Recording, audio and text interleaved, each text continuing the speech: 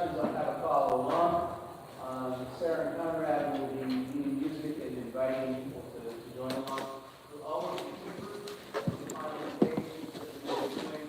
There's also associated English, so you can understand what's being read and what's being shared.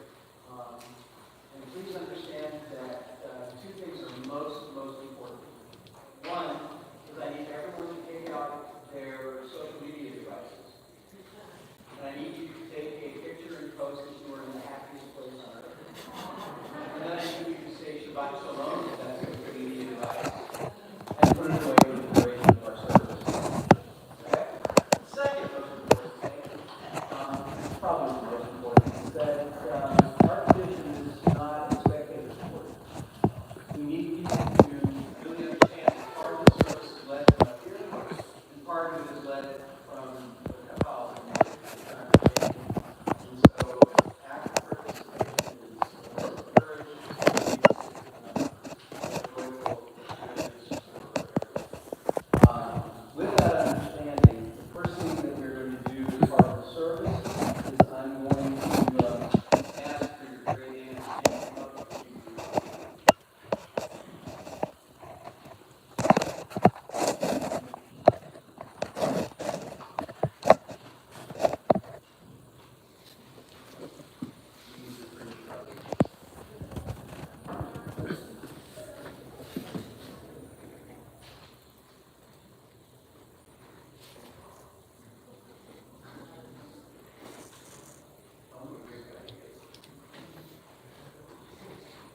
It is with great honor that Bob and I had this tallis handmade for Tucker from someone that is extremely close to our family. And what I tried to do was personalize it for Tucker.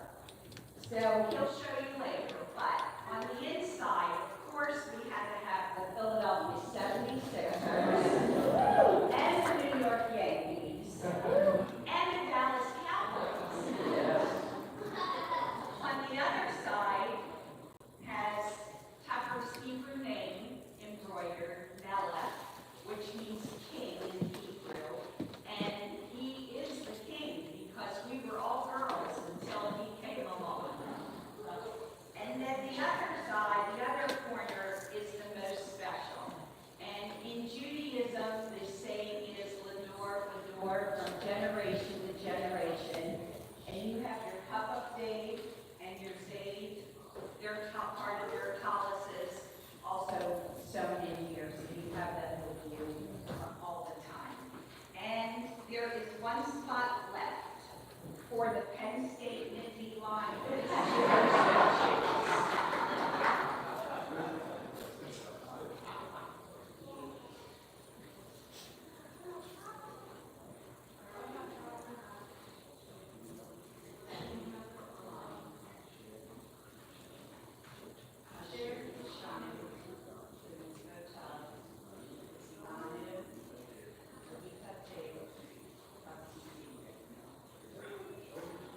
Your hair is not long enough to have to do a ceremonial hair color.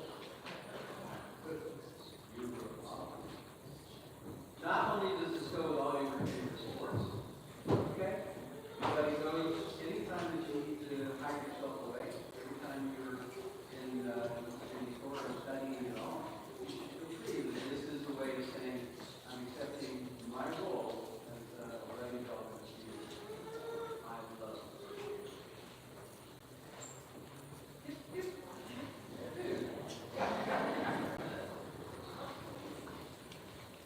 All right. Talking to the Lord of the Lord, I guess the next king, I guess the next male in line. We're on page 124.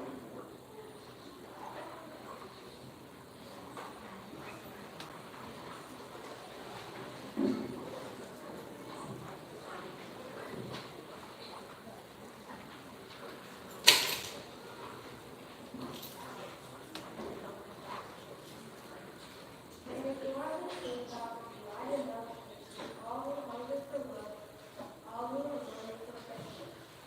May I welcome all who have dared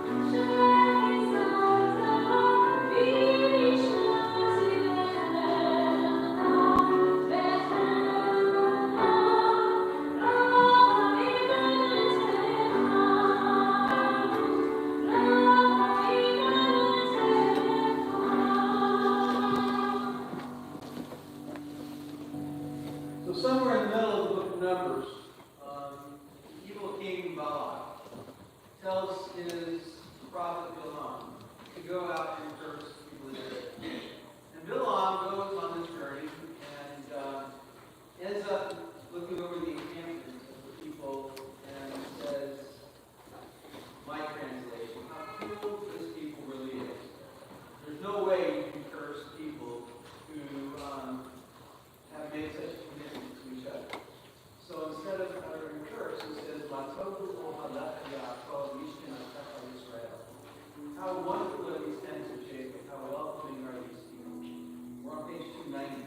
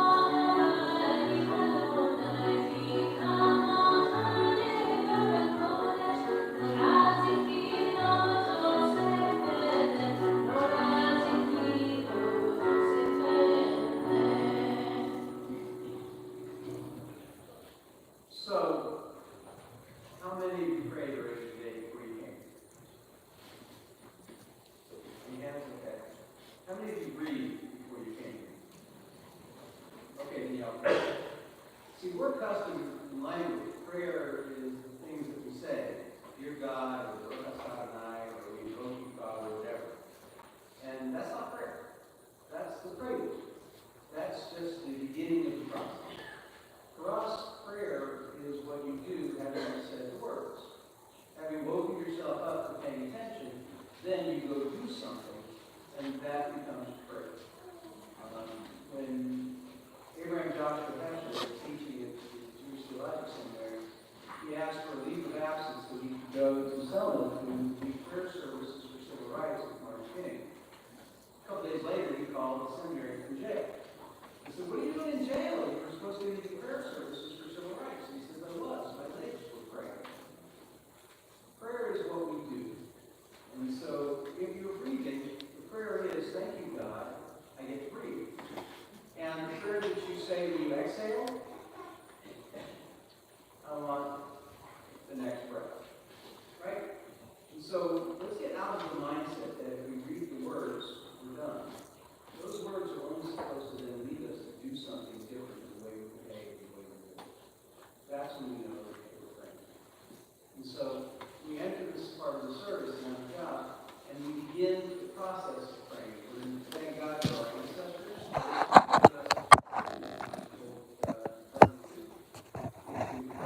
Give to the next generation. But in the process of these words, we're reminded that we have an obligation to give something precious to the generation that comes after us. Not just hand them rituals, not just hand them resources, but to give them the drive, the courage, the strength to do something in their world where we need it in ours. So rabbis teach us that it's not our job to finish the task of healing the world, but we're not allowed not to work on it. One of the most important pieces of that task is how we empower those who come after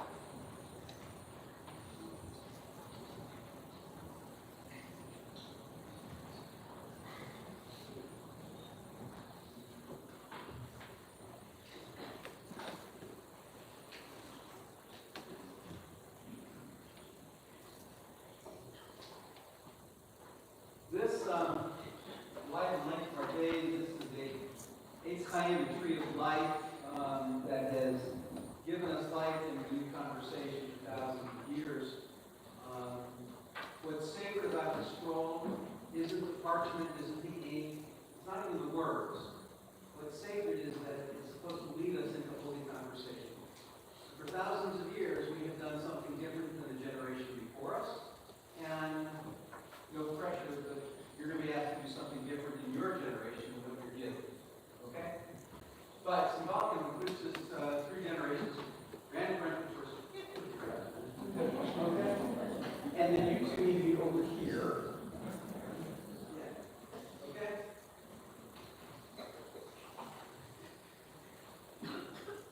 Okay, now we've got this in somewhat the right order. Okay? So put some hands on it the way we have thousands of years, passing in toward the door.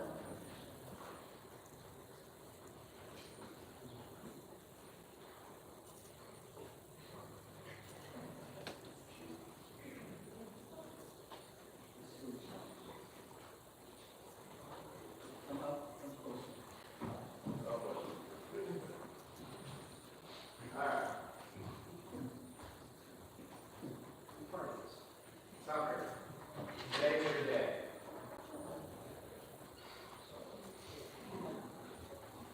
Take a moment, look at all the people that are not here for coming out. They're for you. They came from the West Coast, the East Coast, the South. Of course, they came from the birth. They came to see what Mommy and I have been blessed to see for 15 years now. And that's the most unbelievable son of a parent that ever knew. We are proud of all the studying and practice you put in to make today such a successful one. Despite how many times Mommy and I might have suggested we perhaps take a break and watch some more YouTube videos. In all seriousness, though, we are so incredibly proud of you every single day. I'll do my best to keep this short. Sorry, Rabbi. What you have not made that easy to do is a list of your many attributes, which makes you not only an incredible son, but an incredible person who's played long. We know that hitting a home run, or as you call it, a nuke in baseball, is something that you both love and you strive to do. We not only enjoy watching you play the game of baseball, but more importantly, we absolutely love watching you play the game of life, better than any parent could ever imagine, and hit what I would call life home runs on a pretty much daily basis. Let's start with home run number 1. Since the beginning of your days at JCC's Early Learning Center, you made it evident that the amount of friends you would have would be incredibly high and difficult for Mom and I to keep up with. I recall a relatively recent time where you and I were driving behind a school bus, and every time the bus stopped, we would see some kids get off the bus and say, "Oh, that's so-and-so. Oh, that's so-and-so." And I thought to myself, how do you know so many kids? I even asked, all right, is there anyone you don't know? You laughed. You were loyal, you were non-judgmental, and you were incredibly caring and sensitive to others' feelings. In first grade, you quickly established a very solid core group of friends that to this day in 7th grade has not wavered. A lot of them are here. And if anything has gotten stronger, you're very caring and you seem to always take the side of the underdog, no matter which friend it is, that is upset about something or perhaps being tagged against. Your willingness to stand up for what is right and be fearless of what others think shows your tremendous leadership ability and makes us smile ear to ear. Of course, we always thank the parents of your best friends for having you over. And despite the fact that you young boys you were with most likely have emptied their snack closet, they respond with, "Oh no, the pleasure is ours. In fact, you should come over more often." Home run number 2. You treat younger kids like they are gold. We recently were at one of your brother's baseball games, and despite you being twice their size, a slew of his friends found you, and quite literally pulled you out of your lawn chair and said, "Can you please come play kickball with us?" And off you ran. More often than not, when you were in the basement playing a video game, this was Mason's friends, and Mason's not even playing. You were an idol to them all. One of my most proud moments came after your big event at the Whitaker Center. raising money for the Children's Miracle Network. I sent a thank you note to a gentleman that helped enable the event to happen and sent him a photo of you and your friends. His response? Wait, I didn't know Tucker was your son. He's such a great kid. I remember meeting him at the Hershey Bowl and watching him graciously play and teach basketball to my two younger boys that he clearly had never met before, and they absolutely loved him. Home run number 3. Family, family, family. Being the oldest in the next generation of family kids, you have successfully taken on the role of big cuz. Despite the majority of your little cousins being girls, you have this caring way to you that dramatically enables you to not only make life fun for all of them, but also make them happy and stop being upset about whatever it is that they perhaps may be upset about in that moment. They all come crawling, walking, and some even running. And they might say, "Help around, hi Aunt Jamie," but it's definitively not after they say, "Where's Tucker?" That, quite frankly, may be some of the very first words that they have learned. Home run number 4. There's not much that makes you nervous, and you exude a very what I would call silent confidence in everything you do or take on. You demand to have the last shots in a basketball game. You constantly, sometimes successfully and sometimes unsuccessfully, deny your baseball coaches the opportunity to pull you off the pitcher's mound. Because you either want to finish your no-hitter, or in your mind, simply just complete the whole game on your own. You even demand to play the further, what I consider harder tees on the golf course, and you still hit the ball further than me and your pops. Although I will say that many times, ours are in the fairway, and yours are off in the trees, so don't forget that. Finally, today was a day that I would say would make the majority a little nervous to get up in front of 150 plus people and read from the Torah and give a speech. I was nervous for you. And even asked if you thought you'd want to get a practice run, speaking in front of so many people. Your answer? Nope. I got it. Boy, you have it. All of these qualities, which I call life home runs, have led you to the path of being the ultimate, what we call in the Jewish language, mensch. A mensch has many details to its meaning, but due to my given time with constraints, so probably overall. I'll let those out in the audience that aren't familiar with it look it up later. However, the one that all the mentioned life home runs really sum you up as is someone that acts with self-restraint and humility, and is always sensitive to the feelings and thoughts of others. So, today, as you become a bar mitzvah, you symbolically become a man. You're not a man because you learned Hebrew and you're reading from the Torah. You're becoming a man for the goodness in your soul, the ability to navigate through life with your own moral compass, and in the spirit of Tikkun Olam, your desire to help make the world a better place. Never stop being you, continue to be great, and keep hitting those life home runs. Mom and I love you to the moon.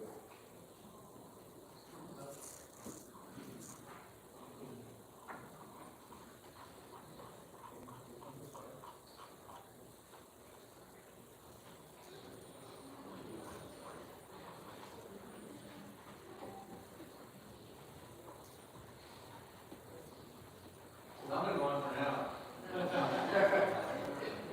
What he said. Go ahead. I haven't known you on a whole different 2 years. You do say that. You're a great young man. And, well, I've known that, and obviously a lot of folks around here know it. I was casually mentioning to John, my son, you know John? That we watch every day. I work out with John a couple days a week, and said I got a bar mitzvah this week. He says, who? And I didn't get the full name. He said, Tucker's bar mitzvah? He's not old enough. And I said, yeah, he is. And he says, he's always been wise. Okay? And that was just in a spontaneous conversation while I'm sweating on a bike running. Okay? But thank you for being the mentioned jar. There's no question that he proud of you in every walk of your life. And I am thrilled to be part of your world. So you're not done with me, right? And what happens when the All-Stars, I get plane tickets and front row seats. Got it? So it is a thrill for me to be able to help put the tour in your hands and to pass generations of tradition to you. I'll have a couple more things to say about you. You are literally carrying thousands of years on your shoulders. So, we're going to sing Shema, and I'm going to ask you to take the floor.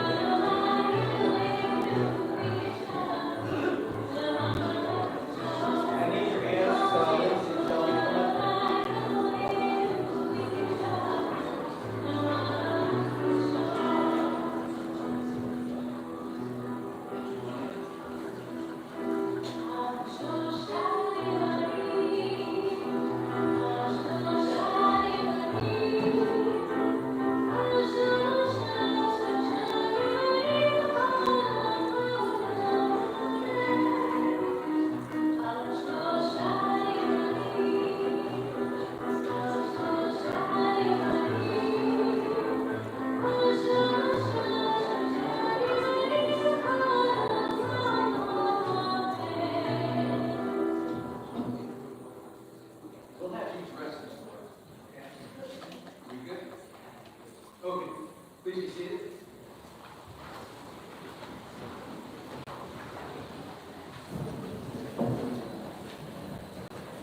Okay. You can follow along with today's reading in the Red Cloud commentary that Colossians and Hughes claim. The starting of the piece will be on chapter 23 of Leviticus, and that will be on page 931, and then for the following audio, will be page 937, for the secondary Leviticus.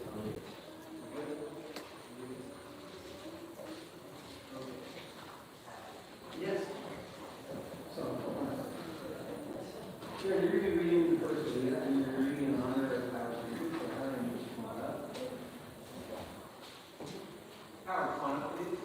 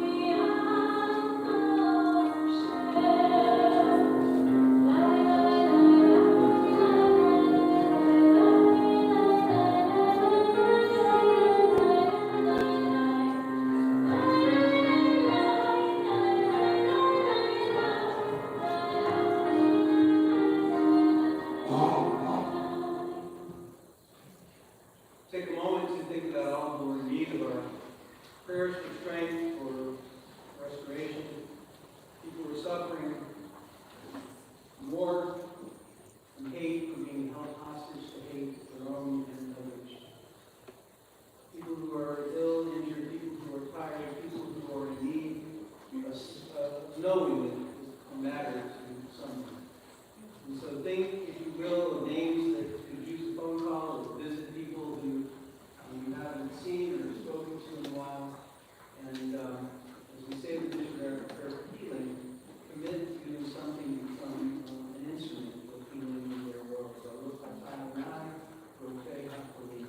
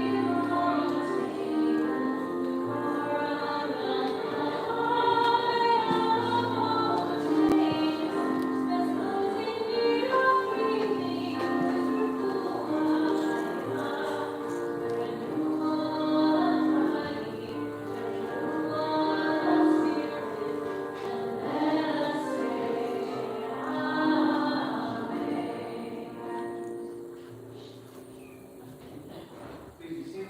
Unless you follow.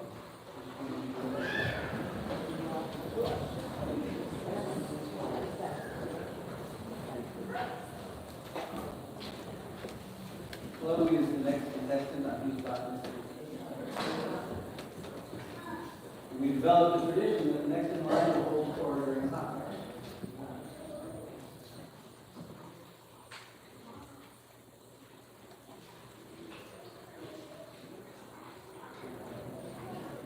The Haftarah is a piece from the prophets, told this one from the book of Ezekiel, and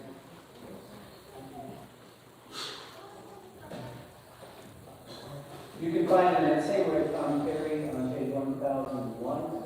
It's Ezekiel 44, 15 to 21, and in the same sense, the Torah portion talks about behavior. We call Derek Harris, but it was supposed to behave in community and respond to each other. The prophet Ezekiel is talking about that same need that we hope for return.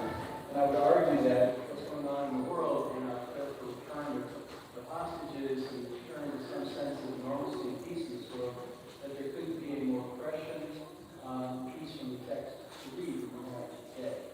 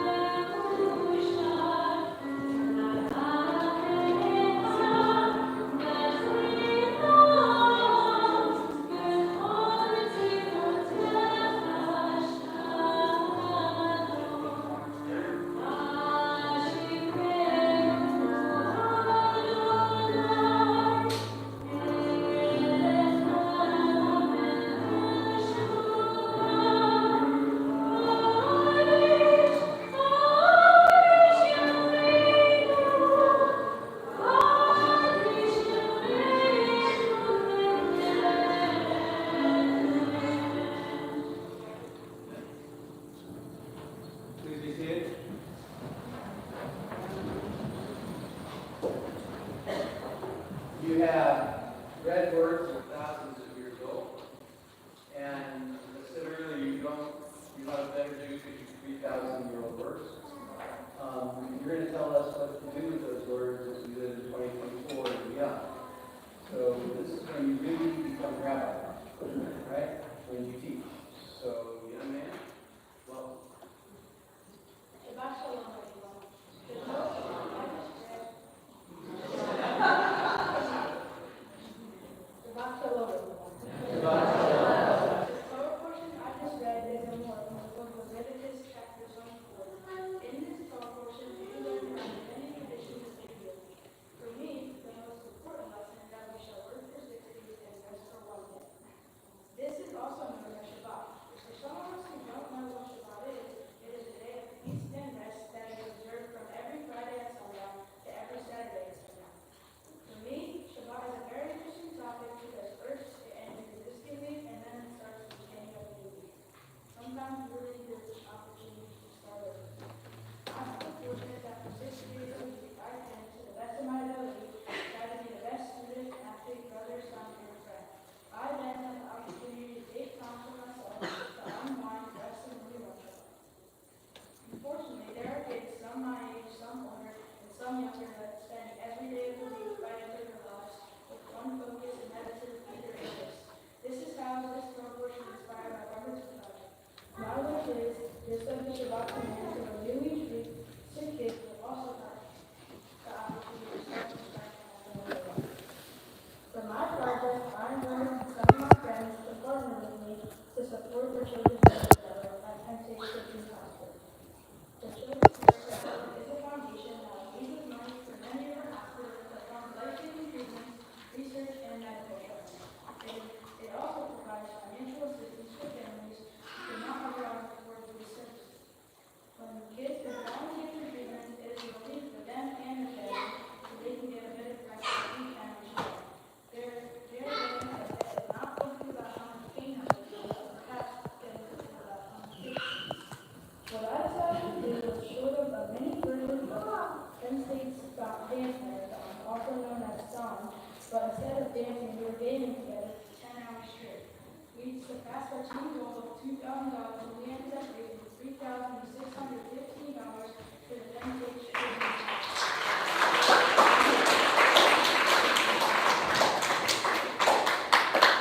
There were times when it was really hard, but it came up and remembered we were doing this for a great cause. I was helping kids who do not have the opportunity to play games and spend time with family. I'm super proud that my event was the first ever group event held by Harrisburg University in the Historical, which is located at the Penn. I believe this is very important because after my event, Harrisburg University and the Children's Medical Center began discussing on how they could do more events like mine in the future. It means a lot that my friends and I could make a positive influence and hopefully encourage other kids to find a motivation to raise money for any cause that makes meaningful. In the past, I had only raised money for school-run fundraisers, and for me, the best part was earning the prizes as well as tracking the leaderboard to see how I was doing compared to all the other kids. This time, I decided I wanted to learn where all the money was going. So we coordinated a visit to the hospital, and my friends and I got to see the amazing facility that our money was going to help take care of. My hope is for anyone out there who has participated in fundraising, go see where your money is actually going because you will really feel good about what you are doing and how you are helping. I hope that my story will inspire you not just donate money, but to put in the time to make a difference in someone else's life, whether it's a kid or an adult. To be honest, at first, I really thought my Broken Club project was just a chore, but now I realize it's really a gift. Becoming a bar mitzvah is a major step in life. I think this is so important because it makes me feel closer to being Jewish. This bar mitzvah experience has taught me the importance of Shabbat. So every week, I'm going to take time to do something nice for someone else as my way of staying connected to this fellowship. I really want to thank my parents for reminding me to do my Hebrew and helping me throughout my whole journey of becoming a bar mitzvah. I also want to thank my amazing brother Mason, who is always there for me, and he even memorized the first 3 lines of the Torah, showing my mom and dad I practiced a lot. I also want to thank all of my friends who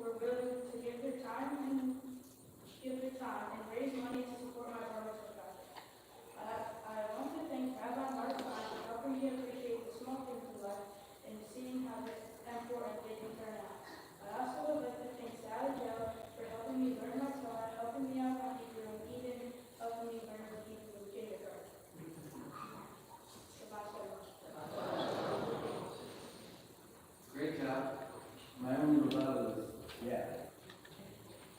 You're innovative musically, and in terms of the work that you've done, You do what it takes to make things happen to change the world. Don't ever lose that. You continue to check your friends and the people around you with the ability to understand each one of you can change the world. And Margaret Mead said that don't think that if you can't change the world because it's the only thing you ever have. So Gandhi said, we change the world. See the world? Yeah. Amen. Amen. So what about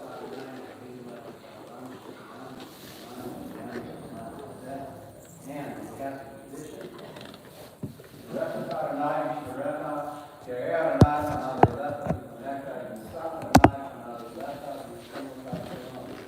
May God bless you and keep you. May God's light shine for you, and may you know God's grace. May God's presence be with you and shine with you in every step that you take. May we wait for you to walk through this world. Be one of the blessings to everybody. And may you know and be the blessing of peace this world so desperately needs. Amen. So we are going to continue in our Siddur. We're page 598, and ask everyone to rise and touch. We're thinking of all those whose Yorzites occurred this week, years past, people who we know and don't know. And certainly all who have passed who no one left is psychotic. We honor the memories and their impact on this world. Heaven, please, Yitkadah, Yitkadah, Shanei Hava, Be'amad, Yirach, Yiteh, Yamimah, Yiteh, B'chaya, From, Yom, From, Chaye, B'chol, Beit Yisrael, B'agalah, B'zman, Tabim, Yehei, Shmei, B'acham, B'korach, B'olam, B'alem, Amai, Yitbarach, Yishabach, Yitahar, Yitman, Yitnaseh, Yitadar, Yitzaleh, Yitabal, Shnei, Yishah, Yirku, Leilam, Yimko, Birchata, Shirata, Tushratata, Yachmata, Ta'milan, Yehamah, Yehei, Shlomo, Baram, Yishmai, V'chaim, Aleinu, Ve'achol, Yisrael, Osei, Shalom, Yimomah, Luya, Osei, Shalom, Aleinu, Ve'achol, Yisrael, the source of these thank yous to all who mourn comfort, all who are grieved amongst us, and may we safe together. Please be seated. Let us come to sister. Sally, would you come to help me out? We have a tradition of giving some gifts, and it's sister and our leadership, our educational team, make sure that you have what you need to continue to study and grow. So, This is your very own finished cup and candlestick that you're going to one day use. But we have to give this to you. And we're so proud of you. and a book that is not a doorstop. Okay, we get to college and use books as doorstops. This isn't one of those. from our leadership, from our men's club, entire congregation family, it's a book of very short commentaries that are going to help you figure out in a paragraph how to use each resource portion, not just the one you read. Okay? You good with that? So while I'm saying this, whoever passing candy out needs to start passing candy out. Okay? And while that's happening, here are the rules. Thou shalt not finger the candy because it gets messy. Okay? I will be happy to give you instructions on how and when to throw near or to the direction of the garments, but not at the garments. And not at the backs of the heads of the people in the pews in front of you. So if you want to share this blessing of sweetness and you can't throw that far, please feel free to move up and do so. Then, I will invite all people who consider themselves to be young, okay,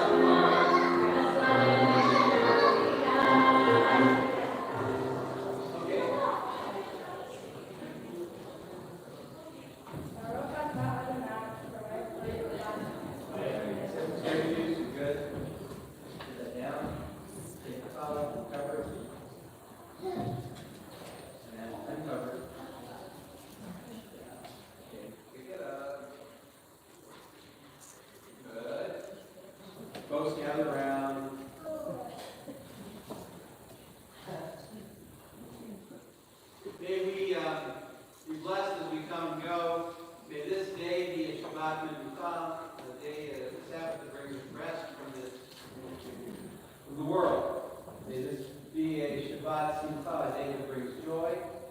May this be a Shabbat Mevorach, a Sabbath